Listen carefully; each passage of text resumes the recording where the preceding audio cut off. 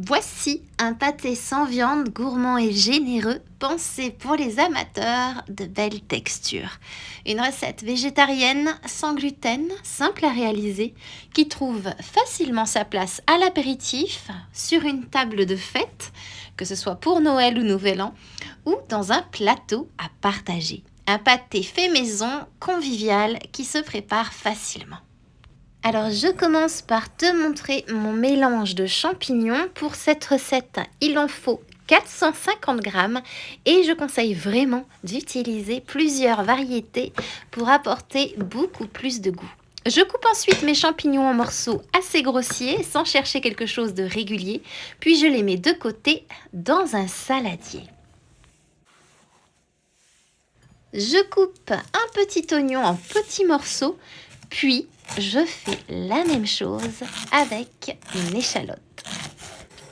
On pourrait utiliser de l'ail si on le souhaitait, mais ici je trouve qu'il prendrait beaucoup trop le dessus. Le duo oignon-échalote reste plus doux et beaucoup plus équilibré. Dans une poêle bien chaude, je mets 60 g de beurre coupé en petits morceaux et pendant qu'ils fond tranquillement, je prends une petite pincée de romarin que j'écrase entre mes doigts pour libérer les arômes. Une fois le beurre fondu, j'ajoute l'oignon, l'échalote et le romarin et je laisse cuire jusqu'à ce que l'ensemble devienne translucide. J'ajoute ensuite les champignons et je laisse cuire environ 8 minutes, le temps qu'ils rendent leur eau et que les saveurs se concentrent.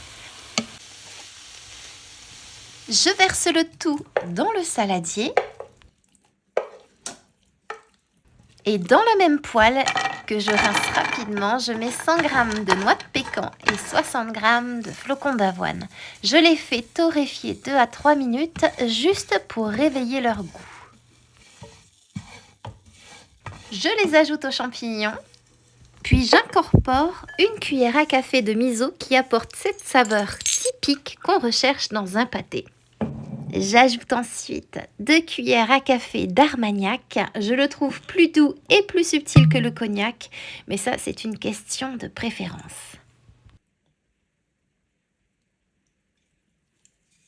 Je termine en ajoutant 100 g de fromage à tartiner nature, puis je mélange bien l'ensemble. Ça permet ensuite de mixer facilement sans éclaboussure.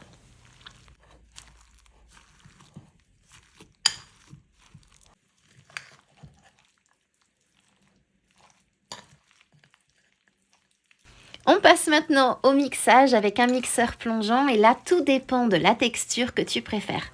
Je mixe seulement quelques secondes pour obtenir une version façon terrine avec encore des petits morceaux et je mets directement cette version en pot.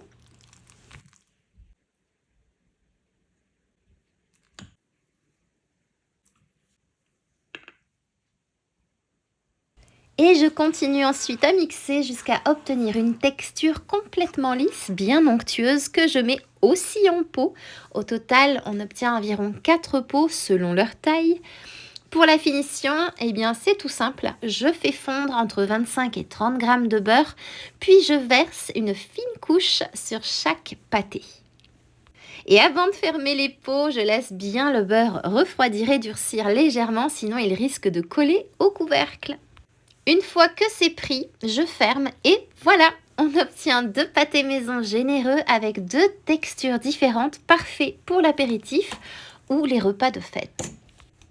Et attention, il s'agit bien ici d'une recette végétarienne et non végane, puisqu'ici on utilise du beurre et du fromage. Bien sûr, tu peux adapter avec des alternatives si tu le souhaites.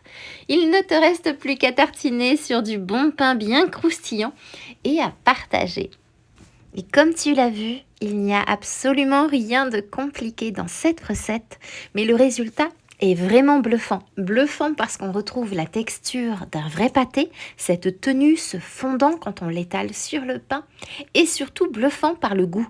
On a cette saveur bien ronde, bien typique du pâté, riche et équilibrée sans qu'il y ait de viande. Et qu'on soit végétarien ou pas, c'est vraiment une recette qui fait vraiment plaisir à n'importe qui, croyez-moi, c'est une petite merveille et surtout hyper simple. Bon allez, maintenant, il ne me reste plus qu'à te souhaiter une délicieuse dégustation.